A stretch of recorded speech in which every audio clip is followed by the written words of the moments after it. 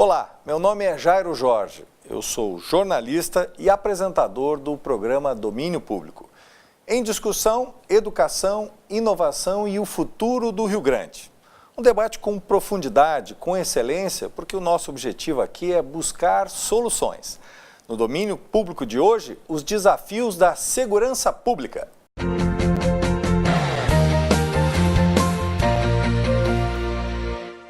Porto Alegre está entre as 50 cidades mais violentas do mundo. Os porto-alegrenses têm convivido com cenas insólitas, como o ataque a postos da Brigada Militar, a viaturas, assaltos.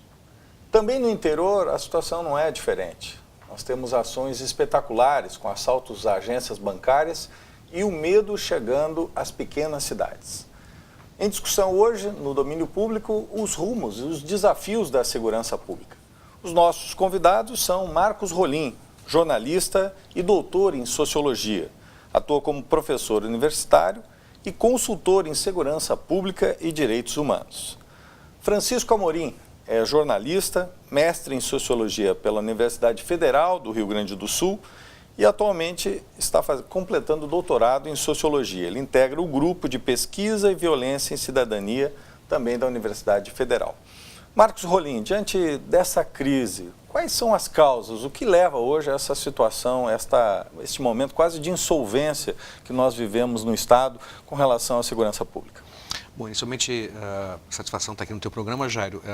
A TV brasileira ela tem tão poucos espaços para discutir questões importantes, né, de natureza pública, que é sempre importante ter um espaço como esse e que permite aprofundar o debate. Na verdade, nós estamos em Porto Alegre vivendo uma situação que é muito particular, inclusive dentro do Brasil, se compararmos com outras cidades brasileiras, há uma situação particular de Porto Alegre, da região metropolitana. A situação ela envolve pelo menos duas dimensões muito importantes para se compreender o que está acontecendo. Nós temos uma guerra, uma disputa, uma guerra mesmo, o termo é esse, entre grupos armados que disputam a hegemonia do negócio, tráfico de drogas em Porto Alegre, da região metropolitana. Essa disputa ela já se estende para o interior do estado, porque há contaminação de grupos locais com as facções prisionais da capital. Então, isso envolve uma dinâmica de violência que nós não estávamos acostumados. Ela sempre existiu na periferia, mas ela era contida nesse cordão, digamos assim, de pobreza. A diferença é que agora essa dinâmica de violência veio para as regiões das classes médias, veio para o centro da cidade, veio para o aeroporto de Porto Alegre, né? Eu falo aeroporto porque eu acho que é um exemplo bem interessante. Quando nós tivemos aquela cena lamentável, aquela horrorosa, de uma execução de um jovem dentro do aeroporto, isso foi manchete em todos os lugares, né, no Brasil, isso foi comentado em todo mundo, né? Mas o que chamou a atenção das pessoas? As pessoas ficaram horrorizadas porque um jovem foi assassinado? Não, elas ficaram horrorizadas porque isso aconteceu dentro do aeroporto, né? E no aeroporto é um lugar que não poderia acontecer, porque ali circulam pessoas que não estão, digamos assim, envolvidas nessa dinâmica de violência, né?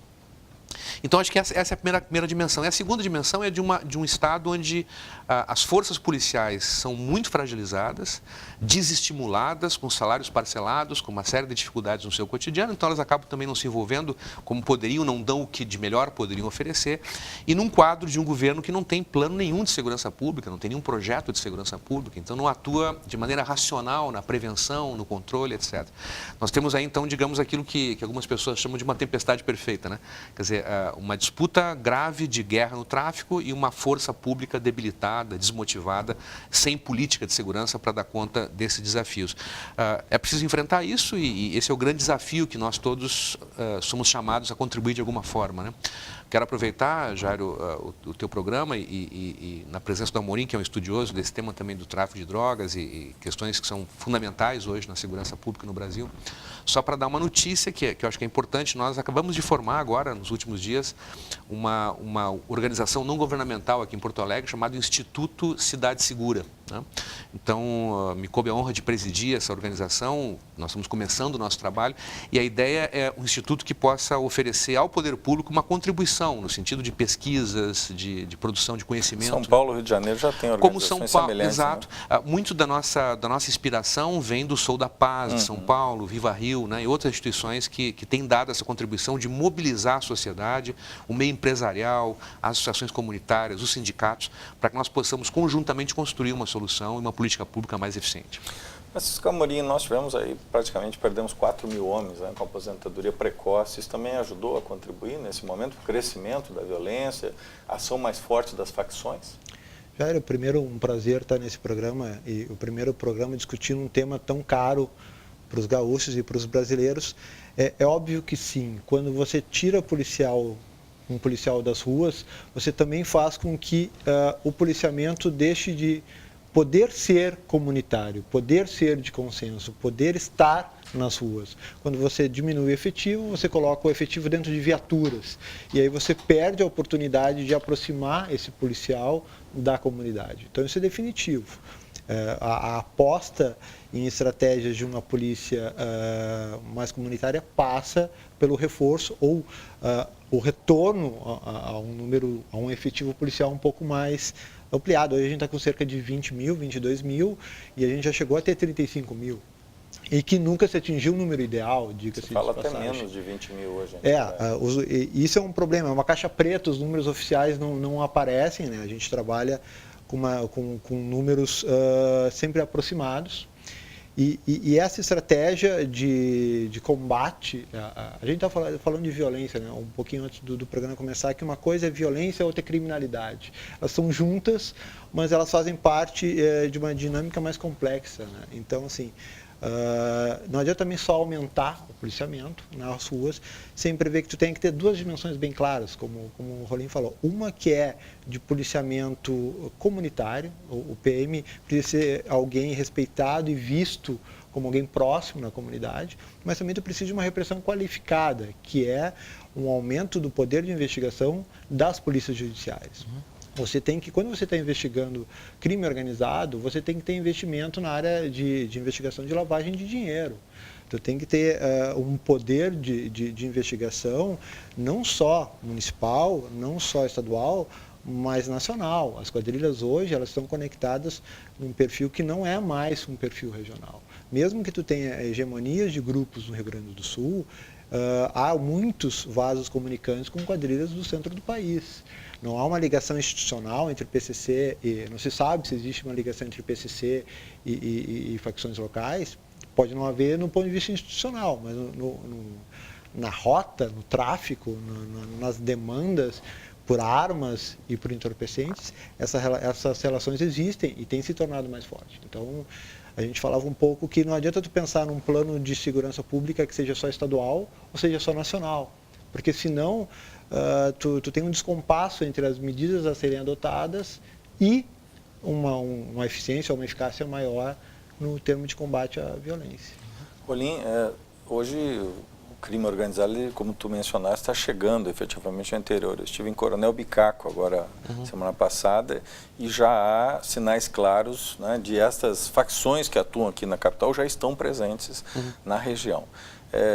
As facções estão se impondo efetivamente, é um novo tempo no Rio Grande do Sul, porque antes nós sempre tivemos esses grupos, mas não com a força e a organização que nós temos agora, inclusive com a coragem de enfrentar ou mesmo, né, atitudes ousadas, como tivemos em Porto Alegre, incendiando ônibus, ataques ao posto da Brigada Militar, a uma viatura da Brigada. Sim, sim. Na verdade, a situação me parece muito grave, assim. Nós temos uma mudança no perfil da criminalidade no Rio Grande do Sul, né? O meu orientador de doutorado, o professor Fandinho, tem uma expressão, um conceito que ele fala em transição criminológica, é como se houvesse uma mudança de patamar, né? Isso começa a acontecer a partir dos anos 90, estabelece uma diferença com relação ao tráfico em primeiro lugar. Qual é o perfil tradicional do tráfico que nós conhecemos aqui em Porto Alegre, no Rio Grande do Sul? Era um tráfico, vamos usar uma expressão assim, provisoriamente, um tráfico comunitário. Né? Havia um grupo de jovens, de moradores de uma periferia, de um bairro, que haviam nascido, se criado ali, e esse grupo traficava. Ele era conhecido dos moradores, prestava algum tipo de assistência social aos moradores, trocava algum tipo de proteção por benefícios, enfim. Era o perfil tradicional do tráfico. Né? Esse perfil foi sendo alterado por grupos fortemente armados, que não têm relação com as comunidades, mas que tomam de assalto aquela boca, aquele espaço geográfico, e impõem o seu domínio pela força. Então tu tem uma mudança de perfil, né? Mais perigoso, mais agressivo, né? E na medida em que há uma disputa pela hegemonia e que esses grupos armados eles se degladiam entre si, eles guerreiam entre si, se cria uma espiral de violência, que é o seguinte: eu mato alguém lá, essa pessoa lá, esse grupo vai matar alguém daqui em vingança, e assim vai se aumentando, é uma escada, né? Que vai crescendo, uma espiral de violência. Então isso vem acontecendo. Por que isso se tornou possível no Rio Grande do Sul? E agora esse é um ponto assim que eu acho que é muito importante. Há um elemento central nessa dinâmica, Jairo, que é o papel das prisões, né? Quer dizer, todas as facções criminais importantes, perigosas do Brasil hoje foram formadas dentro dos presídios. A começar pelo PCC, pelo Comando Vermelho, aqui no Rio Grande do Sul, todas elas se formaram dentro dos presídios. E por que se formaram dentro dos presídios? Porque nós não asseguramos uma execução penal decente, aquela que a lei determina, como deve ser feito segundo a lei de execução penal. Nós fomos amontoando pessoas em galerias superlotadas, nem mais em celas. As celas foram sendo abertas. O Presídio Central de Porto Alegre, há 20 anos, não tem celas. As celas estão abertas porque foi necessário ocupar os corredores das galerias para alojamento. Então, se abre uma galeria e tem 400 presos em prisão coletiva. E o critério para organizar esses presos por galeria passou a ser o pertencimento a facções. Então, quem recruta para as facções é o Estado. As facções não precisam se preocupar mais com trazer gente nova. O Estado traz para as facções gente nova. Eles prendem na rua em flagrante pequenos traficantes, às vezes independentes, sem vinculação com facção. Esse sujeito entra dentro do presídio e se vincula a uma facção. Quer dizer, quando ele sair do presídio, ele já vai ter cotas de assalto a fazer, dinheiro a mandar, etc. Então, essa dinâmica de organização... Estruturas aceleradoras Exatamente. Da formação das facções dos presídios. A forma como nós prendemos e a forma como nós executamos essas prisões acabam organizando o crime e ampliando o problema. E o mais impactante, Jário, é que isso as pessoas não sabem, quem não estuda, não conhece presídio, não tem essa informação, mas é muito importante dar essa informação. As pessoas imaginam, o senso comum imagina que dentro das prisões estão pessoas especialmente perigosas, o cara que matou, que estuprou e coisa e tal. O telespectador tem ideia de qual é o número de presos no Rio Grande do Sul hoje que estão presos por homicídio? Eu respondo a você, são 3% da massa carcerária. 3% dos presos do Rio Grande do Sul estão presos porque mataram alguém. Ou seja, a grande maioria dos presos hoje é tráfico de drogas. São pequenos traficantes, jovens, pobres da periferia, presos em flagrante. Então, esse é um perfil seguinte: nós não prendemos as pessoas que devíamos prender, que são os mais perigosos, porque esses seguem matando. Prende muito, mas não há investigação. Mal, né? E prende muito e mal, né? Está prendendo gente que está ligada ao tráfico, às vezes na condição de usuário, inclusive, porque, embora a lei brasileira não permita a prisão de usuário, quem define quem é o usuário ou traficante é a conveniência da investigação, né? A polícia pode denunciar alguém como traficante, a pessoa pode ser usuária, né? Então, esse é o tema. Eu acho que o tema das prisões é um tema central para a gente pensar a prevenção. Francisco Amorim, tu tem estudado muito a questão do México, né? Dá para já estabelecer um parâmetro da violência no México, a questão das facções, com o que nós estamos vivendo hoje no Brasil, até mesmo aqui no Rio Grande do Sul? Eu tenho falado um pouco sobre... Eu estive no México no final do ano e fui a duas regiões, Sinaloa, do cartel de Sinaloa, e Veracruz, que é uma área que está sendo disputada entre o cartel de Sinaloa e Veracruz. O que a gente percebe de parecido? Lá, como aqui no Brasil, se dá uma disputa pelas rotas do tráfico internacional.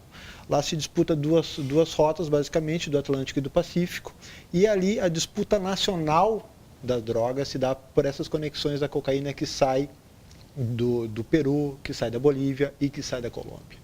Então, como é que o Brasil entra nessa rota? Na rota para a Europa e para a África do Sul.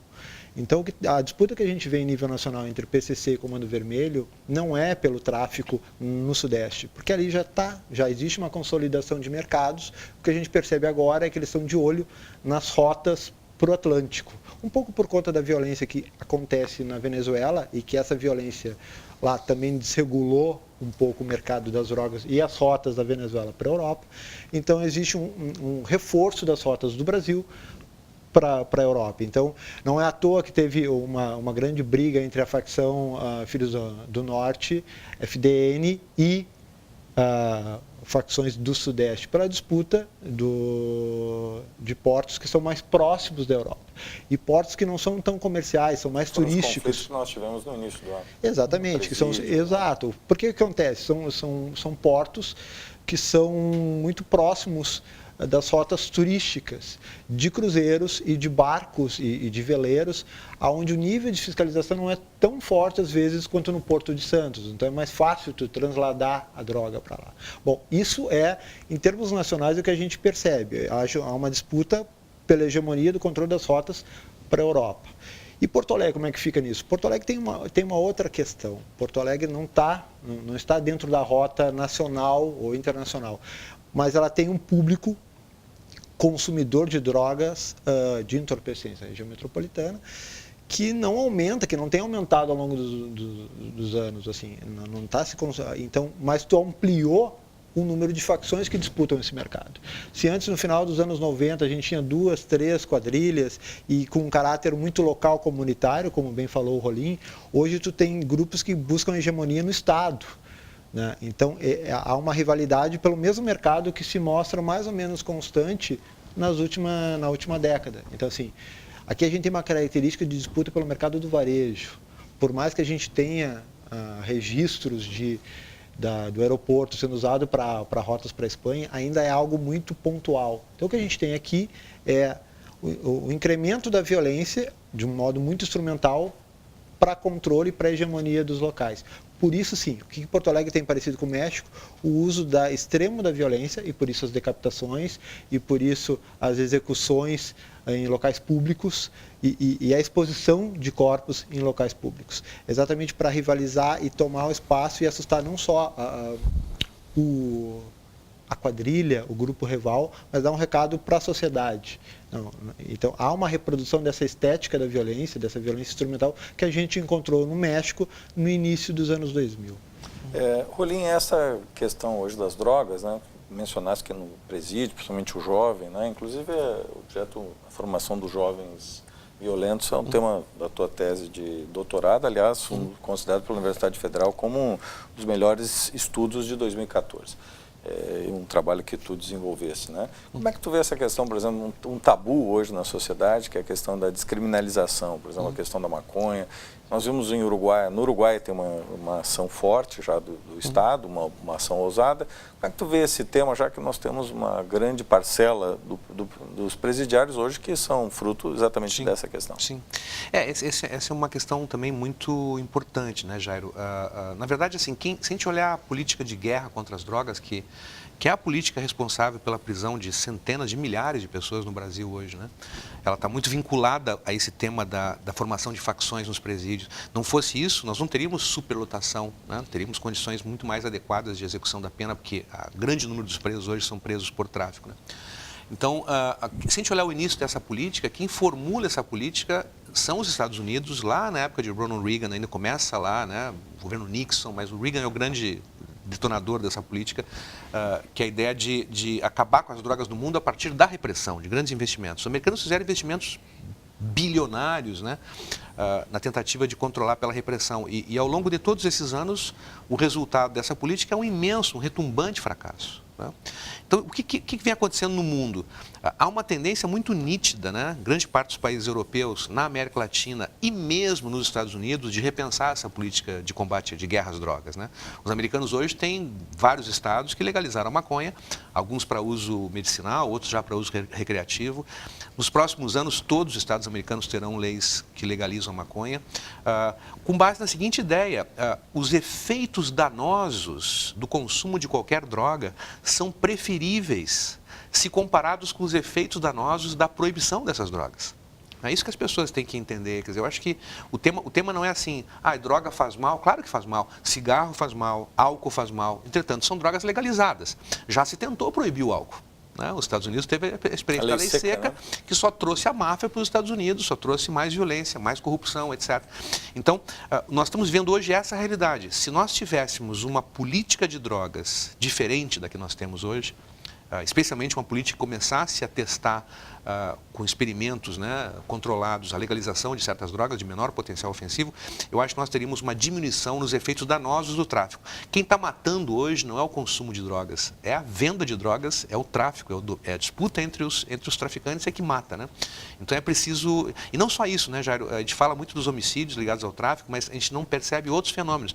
Por exemplo, a corrupção. Hoje o tráfico de drogas no Brasil elege bancadas parlamentares. Hoje há magistrados na folha de pagamento, policiais na folha de pagamento, em todos os lugares. Então, isso vai corroendo as estruturas públicas. Um novo Lava Jato, hein? Sem dúvida. Amorim, é possível a sociedade hoje brasileira seria refratária a um tipo de discussão como essa? Como tu avalia?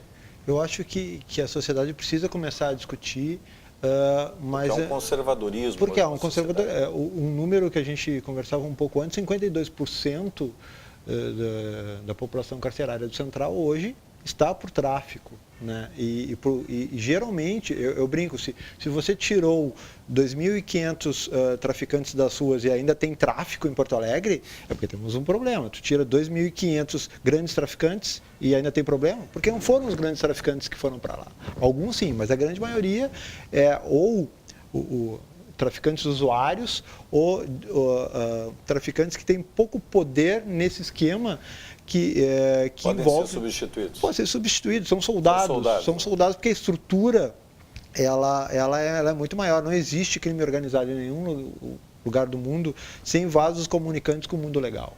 Então, a corrupção e as estruturas para lavagem de dinheiro não se fazem na periferia, se fazem nos centros das cidades e fora do país.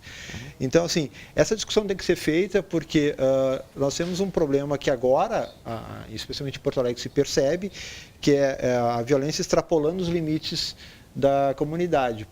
Se um garoto ele usa arma de fogo e ele mata um rival na periferia, ele já matou uma vez, duas, três, ele vai, e se precisar de dinheiro, ele vai assaltar. Ele vai para a rua, e aí vai para os bairros nobres, e aí agora as pessoas começam a enxergar uma violência que sempre existiu lá na periferia, sufocada na periferia. Só que essa discussão ela tem que ser feita baseando as questões de saúde pública, né, e que passa pelo incremento de violência, e a saúde pública não pode estar descolada de um plano de segurança cidadã. Não se pode pensar em saúde sem pensar em segurança e vice-versa. Acho que a gente está passando da época, do momento de começar a debater isso seriamente. Os custos individuais do uso da droga versus os gastos e o custo social de uma guerra que tem se mostrado infrutífera. Ali nós passamos, semana passada nós tivemos um caso de uma morte violenta, né, entre facções. Muitas dessas mortes são comandadas de dentro do presídio, né? São esses centros que deveriam ser centros de ressocialização e são centros impulsionadores, né? Gera uma redundância, né? É possível, de fato, construir, com a tua experiência, tu que milita já há muitos anos, é possível pensar alternativas hoje para o sistema prisional aqui no Rio Grande do Sul? Sem dúvida, sem dúvida. O Brasil vai encontrar saídas para esse tema, né? Porque muitos países no mundo enfrentaram situações bem mais graves do que a nossa e encontraram saídas, né? Quem não lembra da situação da Colômbia alguns anos atrás, né? Eu estive na Colômbia o ano passado e fiquei impressionado assim com a segurança que grandes cidades como Bogotá, Medellín construíram depois de serem capitais do terror, do desespero, né? Da morte com grandes grupos armados, etc. Então, o Brasil pode encontrar soluções. Eu acho só que a gente deve tomar cuidado assim, para não agravar a situação, sabe? Eu comecei a falar sobre a questão da execução penal aqui no Rio Grande do Sul há 30 anos atrás. Né? Naquela época, muito isoladamente, mas eu dizia, vai acontecer isso, nós estamos contratando violência futura. Né? Agora a violência está claro, está nas ruas, né? E as pessoas não se dão conta da dinâmica, de onde veio isso, né? Quem produziu essa articulação. Veja, Jairo, por exemplo, um exemplo que nós temos agora no Rio Grande do Sul. Quer dizer, o governador do estado tomou a decisão, enfim, ele tem poderes para isso, mas ele solicitou, diante do governo federal, a construção de um presídio federal no Rio Grande do Sul.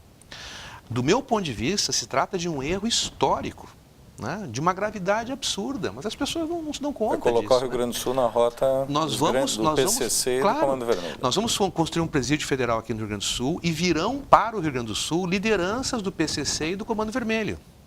E ao virem para cá essas lideranças, porque é para isso que existem os presídios federais, é para isolar líderes de grandes facções nacionais, nós vamos juntar o PCC e o CV, que estão em guerra, com as facções locais. Quer dizer, daqui a 5 anos, nós podemos ter uma situação muito mais grave por conta desta obra. Né? E aí ninguém se lembra, entende? Quem é que tomou a decisão? Por que foi feito assim? Por que não foi feito de outra forma? Então, é preciso, primeiro, está ruim, está muito ruim. Vamos evitar que piore. né? Vamos tentar não piorar, primeira coisa, né? E depois tentar discutir alternativas, né? Eu acho que é importante a gente construir alguns presídios que fossem centros de excelência de execução penal. Onde as pessoas, os presos trabalhassem, onde eles estudassem, onde nós tivéssemos política para recuperação. Grande parte das pessoas podem ser recuperadas, podem ser ressocializadas, né? Uma parte talvez não, mas enfim, mas grande parte de certeza, né? E isso pode reproduzir rapidamente efeitos muito importantes de prevenção da violência aqui fora. Tem esperança, Amorim? Claro que tem, claro que tem esperança. Há necessidade de se criar uma discussão nacional que chegue a um plano de segurança nacional, mas seja discutido de forma sincera por todo mundo, né? A construção ela não pode ser feita lá em cima ou lá em Brasília ou mesmo ali no Piratini. As comunidades, as cidades têm que se envolver. A questão de segurança pública é uma questão que envolve também a cidade. Então, enquanto a gente pensar que as decisões vão vir lá de Brasília, de uma estratégia nacional, a gente não vai conseguir ter um plano verdadeiramente cidadão. Então, a gente precisa incluir, as pessoas precisam querer debater e pensar no bem coletivo, no bem social e não só no bem individual, da minha proteção individual, da minha proteção da minha família, mas assim, um modelo mais amplo de segurança. Darcy Ribeiro já há 20 anos dizia que se nós não construíssemos escolas, os presídios não seriam suficientes. Nós vivemos exatamente essa realidade, quase profética, né? O que ele colocou há 20 anos e especialmente o que nós vivemos neste início de 2017. Queria agradecer muito a presença do Marcos Rolim e o Francisco Amorim, ambos jornalistas, pesquisadores desse tema. São vozes, luzes, né, que se abrem para o tema da segurança pública. Domínio Público fica por aqui. Até a próxima semana. Muito obrigado.